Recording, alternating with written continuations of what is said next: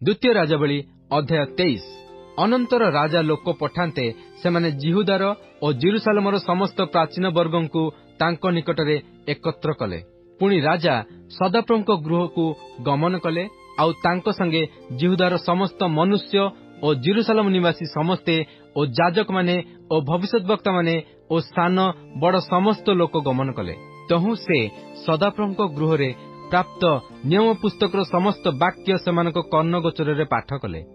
ଏଥିରେ ରାଜା ସ୍ତମ୍ଭ ନିକଟରେ ଠିଆ ହୋଇ ସଦାପ୍ରଭୁଙ୍କର ଅନୁଗାମୀ ହେବାକୁ ଓ ଆପଣାର ସମସ୍ତ ଅନ୍ତଃକରଣ ଓ ସମସ୍ତ ପ୍ରାଣ ସହିତ ତାହାଙ୍କ ଆଜ୍ଞା ଓ ସାକ୍ଷ୍ୟ କଥା ଓ ବିଧି ପାଳନ କରି ଏହି ପୁସ୍ତକ ଲିଖିତ ନିୟମ ବାକ୍ୟ ସଫଳ କରିବା ପାଇଁ ସଦାପ୍ରଭୁଙ୍କ ସମ୍ମୁଖରେ ନିୟମ କଲେ। ଆଉ ସମୁଦାୟ ଲୋକ ସେହି ନିୟମରେ ସମ୍ମତ ହେଲେ। ପୁଣି ରାଜା ସଦାପ୍ରଭୁଙ୍କ ମନ୍ଦିରରୁ ବାଲର ଓ ଆସେରା ମୂର୍ତ୍ତିର ଓ ଆକାଶସ୍ଥ ସମସ୍ତ ବାହିନୀର ନିମନ୍ତେ ନିର୍ମିତ ସକଳ ସାମଗ୍ରୀ ବାହାର କରି ଆଣିବା ପାଇଁ ହିଲ୍କିୟ ମହାଯାଜକକୁ ଓ ଦ୍ୱିତୀୟ ଶ୍ରେଣୀର ଯାଜକମାନଙ୍କୁ ଓ ଦ୍ୱାରପାଳମାନଙ୍କୁ ଆଜ୍ଞା କଲେ। ତେଣୁ ସେ ଜେରୁସାଲେମର ବାହାରେ କିଦ୍ରୋନ ପଦାରେ ତାହା ସବୁ ଦଗ୍ଧ କରି ତହିଁର ଭସ୍ମ ବୈଥେଲକୁ ନେଇଗଲେ। ପୁଣି ଜିହୁଦାର ରାଜାମାନେ ଯେଉଁ ପୌତଳିକ ପୁରୋହିତମାନଙ୍କୁ ଜିହୁଦା ଦେଶସ୍ଥ ନଗର ସବୁର ଉଚ୍ଚସ୍ଥଳୀମାନରେ ଓ ଜେରୁସାଲେମର ଚତୁର୍ଦିଗବର୍ତ୍ତୀ ସ୍ଥାନ ସବୁରେ ଧୂପ ଜଳାଇବା ପାଇଁ ନିଯୁକ୍ତ କରିଥିଲେ, ସେମାନଙ୍କୁ ମଧ୍ୟ ଯେଉଁମାନେ ବାଲର, ସୂର୍ଯ୍ୟର ଓ ଚନ୍ଦ୍ରର ଓ ଗ୍ରହଗଣର ଓ ଆକାଶସ୍ଥ ସମସ୍ତ ବାହିନୀର ଉଦ୍ଦେଶ୍ୟରେ ଧୂପ ଜଳାଇଲେ, ସେ ସବୁକୁ ସେ ରହିତ କଲେ। ଆଉ ସେ ସଦାପ୍ରଭୁଙ୍କ ଗୃହରୁ ଆସେରା ମୂର୍ତ୍ତି ବାହାର କରି ଜେରୁସାଲେମର ବାହାରେ କିଦ୍ରୋନ ନଦୀକି ଆଣିଲେ ଓ କିଦ୍ରୋନ ନଦୀ ନିକଟରେ ତାହା ଦଗ୍ଧ କରି ଓ ତାହା ପେଶି ଚୂର୍ଣ୍ଣ କଲେ ଓ ସେହି ଚୂର୍ଣ୍ଣ ସାଧାରଣ ଲୋକମାନଙ୍କ କବର ଉପରେ ନିକ୍ଷେପ କଲେ। ଆହୁରି ଯେଉଁ ସ୍ଥାନରେ ସ୍ତ୍ରୀମାନେ ଆସେରା ନିମନ୍ତେ ପଟ ଗୃହ ନିର୍ମାଣ କଲେ, ସଦାପ୍ରଭୁଙ୍କ ଗୃହରେ ସ୍ଥିତ ସଦୋମୀମାନଙ୍କ ସେହି ଗୃହ ସବୁ ଭାଙ୍ଗି ପକାଇଲେ। ପୁଣି ସେ ଜିହୁଦାର ନାନା ନଗରରୁ ସମସ୍ତ ଯାଜକଙ୍କୁ ଆଣିଲେ ଓ ଗେବାଠାରୁ ବେର୍ଷେବା ପର୍ଯ୍ୟନ୍ତ ଯେ ଯେ ସ୍ଥାନରେ ଯାଜକମାନେ ଧୂପ ଜଳାଇଥିଲେ, ସେ ସବୁ ଉଚ୍ଚସ୍ଥଳୀ ଅଶୁଚି କଲେ।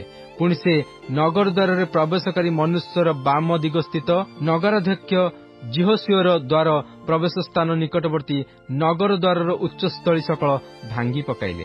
ତଥାପି ଉଚ୍ଚସ୍ଥଳୀର ଯାଜକମାନେ ଜେରୁସାଲେମସ୍ଥ ସଦାପ୍ରଭୁଙ୍କ ଯଜ୍ଞବେଦୀ ନିକଟକୁ ଆସିଲେ ନାହିଁ। ମାତ୍ର ସେମାନେ ଆପଣା ଭ୍ରାତୃଗଣ ମଧ୍ୟରେ ଥାଇ ତାଡ଼ିଶୂନ୍ୟ ରୋଟି ଭୋଜନ କଲେ।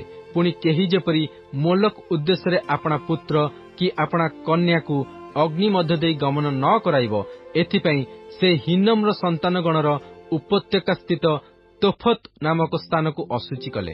ଆହୁରି ମନ୍ଦିରର ସୀମାନ୍ତବର୍ତ୍ତୀ ନଥନ ମେଲକ ନାମକ ନପୁଂସକର କୋଠରୀ ନିକଟରେ ସଦାପ୍ରଭୁଙ୍କ ଗୃହର ପ୍ରବେଶ ସ୍ଥାନ ସମୀପରେ ଜିହୁଦାର ରାଜାମାନେ ସୂର୍ଯ୍ୟ ଉଦ୍ଦେଶ୍ୟରେ ଯେଉଁ ଅଶ୍ୱମାନଙ୍କୁ ଦେଇଥିଲେ, ସେ ସେମାନଙ୍କୁ ନେଇଗଲେ। ପୁଣି ସେ ସୂର୍ଯ୍ୟ ରଥ ସବୁ ଅଗ୍ନିରେ ଦଗ୍ଧ କଲେ।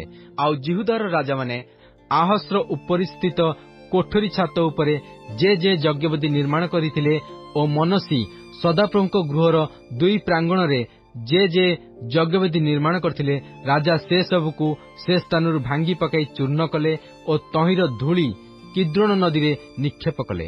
ପୁଣି ବିନାଶ ପର୍ବତର ଦକ୍ଷିଣ ପାର୍ଶ୍ୱରେ ଜେରୁସାଲେମ ସମ୍ମୁଖରେ ଇସ୍ରାଏଲର ରାଜା ସଲୋମୋନ ସିଦୋନିଆମାନଙ୍କ ଘୃଣାଯୋଗ୍ୟ ଅଷ୍ଟାରୋଥ ନିମନ୍ତେ ଓ ମୋଆବର ଘୃଣାଯୋଗ୍ୟ କମୋସ ନିମନ୍ତେ ଓ ଅମନ ସନ୍ତାନଗଣର ଘୃଣାଯୋଗ୍ୟ ମିଲ୍କମ ନିମନ୍ତେ ଯେ ଯେ ଉଚ୍ଚସ୍ଥଳୀ ନିର୍ମାଣ କରିଥିଲେ, ସେ ସବୁକୁ ରାଜା ଅଶୁଚି କଲେ। ଆଉ ସେ ସକଳ ସ୍ତମ୍ଭ ଭାଙ୍ଗି ପକାଇଲେ ଓ ଆସେରା ମୂର୍ତ୍ତିମାନ ଛେଦନ କରି ମନୁଷ୍ୟର ଅସ୍ଥିରେ ସେମାନଙ୍କ ସ୍ଥାନ ପୂର୍ଣ୍ଣ କଲେ। ଆହୁରି ବୈଥେଲରେ ଯେଉଁ ଯଜ୍ଞବେଦୀ ଥିଲା ଓ ଇସ୍ରାଏଲକୁ ପାପ କରାଇଥିଲେ ଯେ ନବାଟର ପୁତ୍ର ଜାରବିଆମ, ସେ ଯେଉଁ ଉଚ୍ଚସ୍ଥଳୀ ନିର୍ମାଣ କରିଥିଲେ, ଯୋଶିୟ ସେହି ଯଜ୍ଞବେଦୀ ଓ ଉଚ୍ଚସ୍ଥଳୀ ଭାଙ୍ଗି ପକାଇଲେ। ପୁଣି ସେ ଉଚ୍ଚସ୍ଥଳୀ ଦଗ୍ଧ କରି ପେଶି ଚୂର୍ଣ୍ଣ କଲେ ଆଉ ଆସେରା ମୂର୍ତ୍ତିକି ଦଗ୍ଧ କଲେ।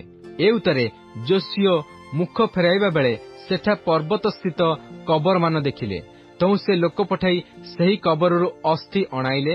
ଆଉ ପରମେଶ୍ୱରଙ୍କର ଯେଉଁ ଲୋକ ପୂର୍ବେ ଏହିସବୁ ବିଷୟ ପ୍ରଚାର କରିଥିଲେ, ତାଙ୍କ ପ୍ରଚାରିତ ସଦାପ୍ରଭୁଙ୍କ ସେହି ବାକ୍ୟାନୁସାରେ ସେହି ଯଜ୍ଞବେଦୀ ଉପରେ ସେହି ଅସ୍ଥି ସବୁ ଦଗ୍ଧ କରି ତାହା ଅଶୁଚି କଲେ। ତେଣୁ ସେ ପଚାରିଲେ, ସେହି ଯେ ସ୍ତମ୍ଭ ଆମ୍ଭେ ଦେଖୁଅଛୁ, ତାହା କ'ଣ? ଏଥିରେ ନଗରର ଲୋକମାନେ ଉତ୍ତର କଲେ, ପରମେଶ୍ୱରଙ୍କର ଯେଉଁ ଲୋକ ଜିହୁଦାରୁ ଆସି ଆପଣଙ୍କ କୃତ ଏହି ସକଳ ବିଷୟ ବୈଥେଲସ୍ଥ ଯଜ୍ଞବେଦୀ ବିରୁଦ୍ଧରେ ପ୍ରଚାର କରିଥିଲେ, ସେ ତାଙ୍କର କବର। ତେବେ ରାଜା କହିଲେ, ତାଙ୍କୁ ଛାଡ଼ି ଦିଅ, କେହି ତାଙ୍କର ଅସ୍ଥି ସ୍ଥାନାନ୍ତର ନ କରୁ, ଯେହେତୁ ସେମାନେ ସମରିୟାରୁ ଆଗତ ଭବିଷ୍ୟତ ବକ୍ତାର ଅସ୍ଥି ସହିତ ତାହାର ଅସ୍ଥି ଛାଡ଼ିଦେଲେ।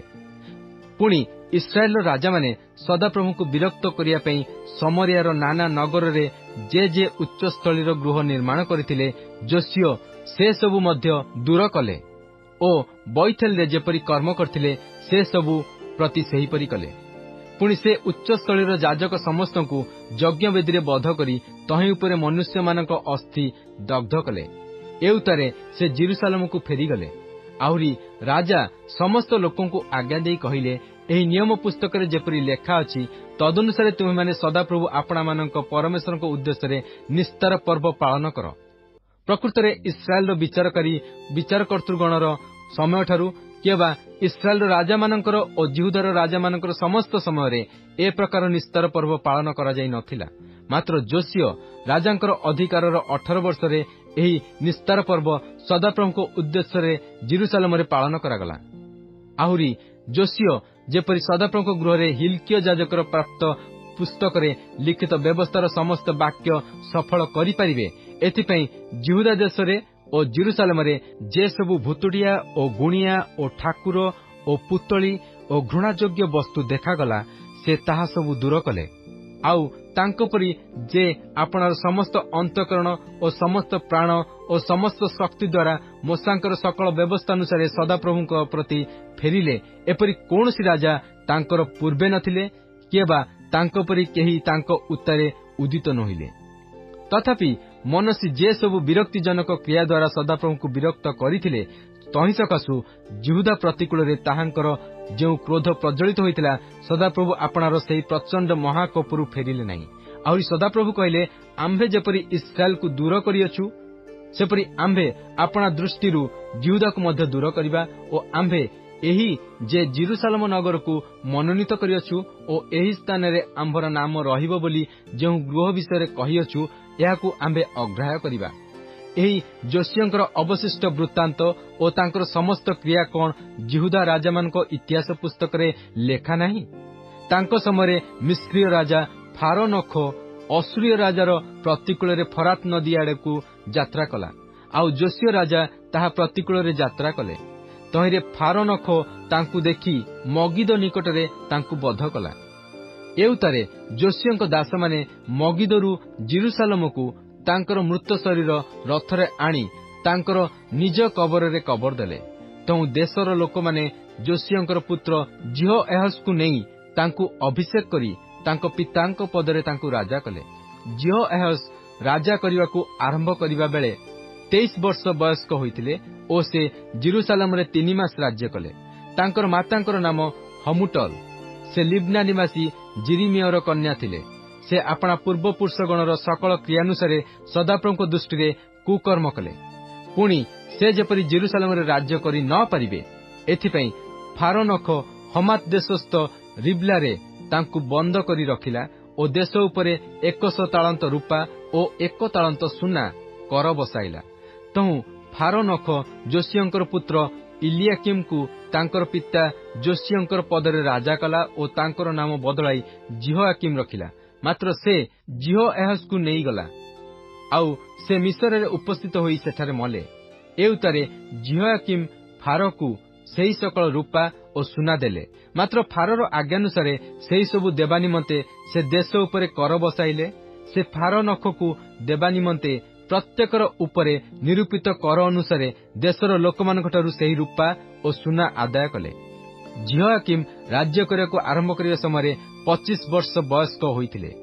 ସେ ଜେରୁସାଲେମରେ 11 ବର୍ଷ ରାଜ୍ୟ କଲେ। ତାଙ୍କର ମାତାଙ୍କର ନାମ ସବିଦା। ସେ ରୁମା ନିବାସୀ ପଦାୟର କନ୍ୟା ଥିଲେ। ଏହି ଜିହୋଆକିମ ଆପଣା ପୂର୍ବପୁରୁଷଗଣର ସମସ୍ତ କ୍ରିୟାନୁସାରେ ସଦାପ୍ରଭୁଙ୍କ ଦୃଷ୍ଟିରେ କୁକର୍ମ କଲେ।